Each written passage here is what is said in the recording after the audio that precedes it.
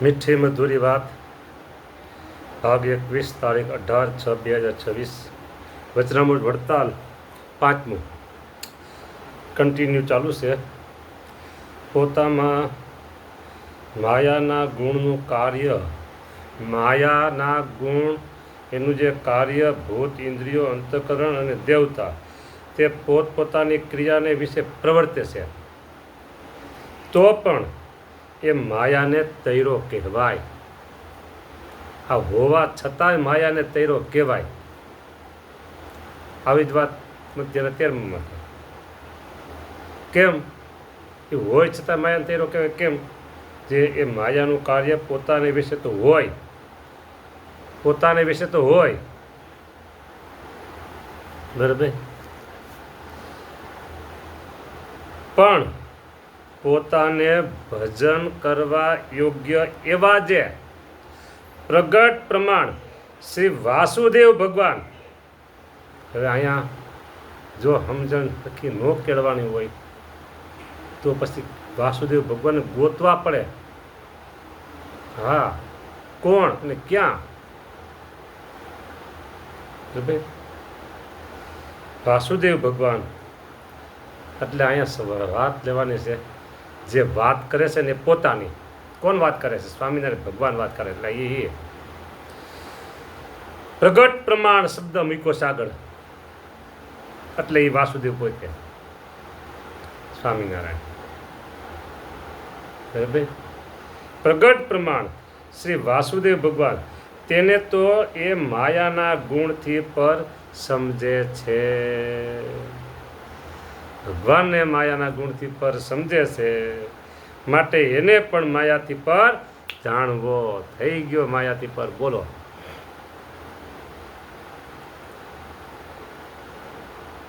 મોટા મોટા ગ્રંથો આમ પાના પછી પાના, પાના પછી પાના ફેરવો ને, આ વાત હાથમાં આવે તો આવે, આવે તો આવે. નહીતર જય સ્વામિનારાયણ આ હાવ સહેલું, એકદમ સહેલું કલ્યાણ પુરુષોત્તમ નારાયણે કરી દીધું. વાલા ભક્તો,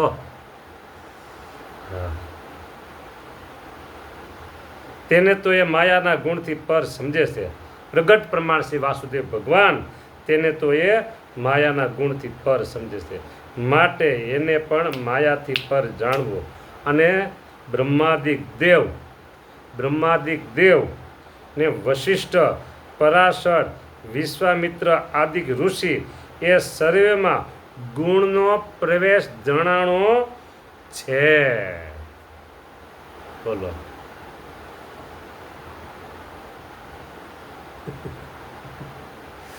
વશિષ્ઠ, પરાશર, બરાબર, વિશેષ વિવેચન નથી કરતો, બરાબર. વિશ્વામિત્ર એ આદિકમાં સર્વેમાં ગુણનો પ્રવેશ જણાણો છે. તે શાસ્ત્રમાં પણ લખ્યું છે, માટે તે શું મુક્ત ન કહેવાય? કયો, તે મુક્ત ન કહેવાય?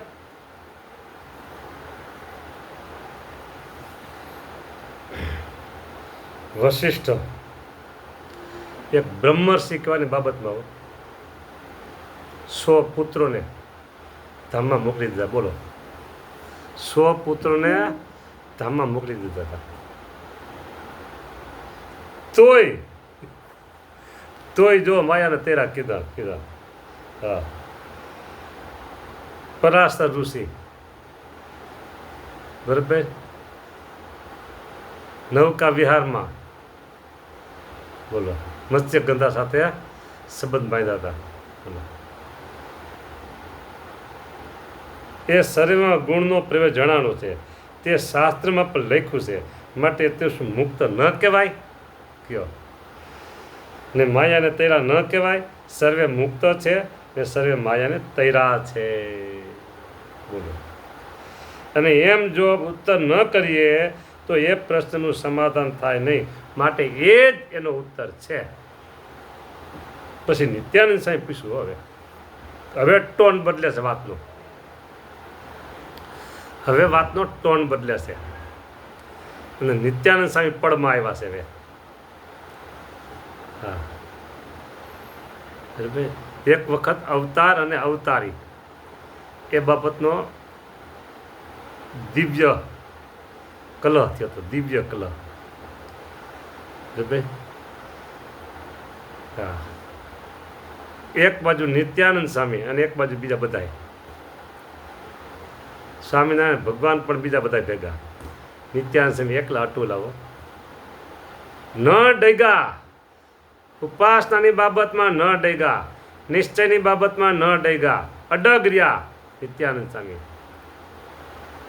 અને પછી બાથમાં ગાળીને બેઠા સ્વામિનારાયણ ભગવાન. હા, એ નિત્યાનંદ સ્વામી પડમાં આવ્યા છો.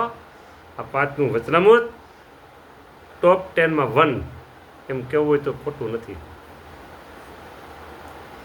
નિત્યાનંદ સ્વામી પૂછ્યું છે, હે મહારાજ, ભગવાનને આશરે જવું તે આશરાનું શું રૂપ છે? હે મહારાજ, આશરે જવું આશરાનું રૂપ શું છે? મહારાજ કહે, ભગવાને ગીતામાં કહ્યું છે. મહારાજે પોતે વાત કરવી છે તો ગીતાનું પ્રમાણ દઈને વાત કરે એટલે હવને ગળે ઉતરી જાય.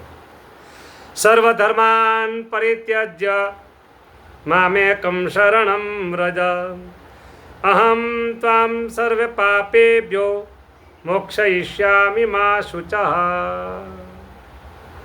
બોલો, નિત્યાનંદ સ્વામી પડમાં આવ્યા એટલે એ પછી કાંઈ હોશા ઉતરે એમ નથી. હવે આ ગીતાજીનો શ્લોક છે. એમાં એવું કીધું, આમાં અર્થ આવે છે એ પહેલાં ગીતાનો અર્થ હું જોયેલું કહી દઉં. તારા મનના માનેલા બધા ધર્મોને સંપૂર્ણપણે છોડીને તું મારા એકના શરણે આવ. તારા મનના માનેલા મૂકી દે ભાઈ, તારા મનના માનેલા મૂકી દે. તારી મેળે તે કેટલું ગોઠવી રાખ્યું હોય એ બધું મૂકી દે ને મારા એકને શરણે આવ. હું તને બધા પાપોથી મુક્ત કરીશ. તું શોક કરીશ માં, શોક કરીશ નહીં તું. આ ગીતાનો 18મો અધ્યાય છે ને 66મો શ્લોક છે. લ્યો, 18મો અધ્યાય અને 66મો શ્લોક એટલે સમજી લો ને ગીતા પૂરી થઈ ગઈ. પછી આ છેલ્લો શ્લોક આવ્યો. હે, ગીતા આખી પૂરી થઈ પછી શ્લોક આવ્યો આવડા.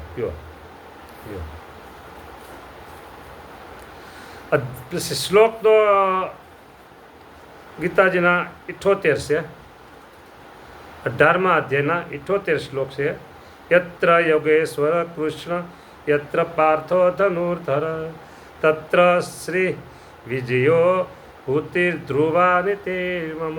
છેલ્લો શ્લોક ગીતાજીનો, બરાબર. અને આ છે 66મો શ્લોક. સર્વ ધર્માન પરિત્યજ્ય. સઘળાય ધર્મોને એટલે કે સઘળાય કર્તવ્ય કર્મોને મારામાં ત્યજી તું એક કેવળ મારા તું કેવળ એક માત્ર મુજ સર્વશક્તિમાન સર્વધાર પરમેશ્વરના જ શરણે આવી જા. હું તને બધાય પાપોથી મુક્ત કરીશ. ઓહો, કરી દઈશ. તું શોક કરમાં, તું શોક ન કર કે મારું આમ થઈ જાય તો હું આમ માનીશ તો આમ થઈ જાય તો શોક ન કર, તું શોક ન કર. જો એ શ્લોકમાં હવે આ શ્રીજી મહારાજ શું કહે છે જોઈ લઈ. એ શ્લોકમાં એમ કહ્યું છે જે બીજા સર્વ ધર્મનો પરિત્યાગ કરી મારે એકને જ ન ઇતર, બીજા કોઈ નહીં, એકને જ શરણે આવ તો હું તને સર્વ પાપ થકી મુકાવીશ.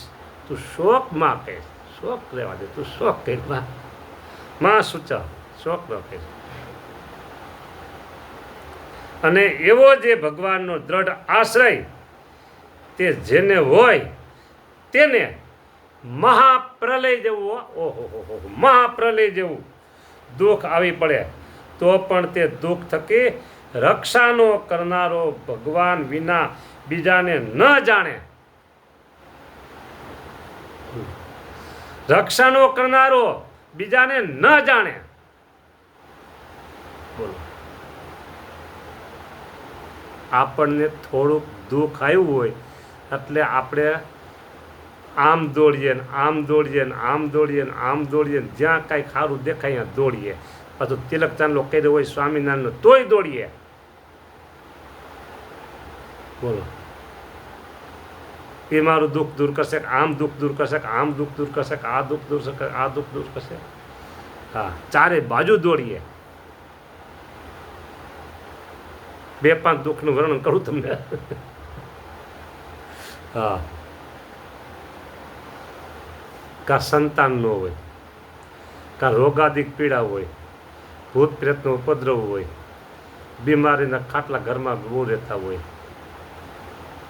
આર્થિક મુશ્કેલી રહેતી હોય, બરાબર, નોકરી ધંધામાં મુશ્કેલી રહેતી હોય, સગપણ ન થતું હોય, થતું હોય તો તૂટી જતું હોય. આવું બધું કેટલું હોય. એટલે આપણે એમ કે વાં જાય, હું નામ નહીં લો ભાઈ સાહેબ, મને નામ લેવાનું કહેતા નહીં તમે. હા, ત્યાં જાય તો એ આપણું દુઃખ દૂર કરી દે. પછી ત્યાં ન જાય થાય તો પછી એમ કે હવે વાં જાઓ, ત્યાં દુઃખ દૂર કરી દે. ત્યાં ન જાય. હું તમને કહી દઉં, તમારે દોડવું હોય ને તો એક ને માત્ર એક વડતાલ હરિકૃષ્ણ મહારાજ પાસે તમે 2 હાથ આમ કરી, હે હરિકૃષ્ણ મહારાજ, આટલું દુઃખ છે પ્રભુ, દૂર કરજો. બસ,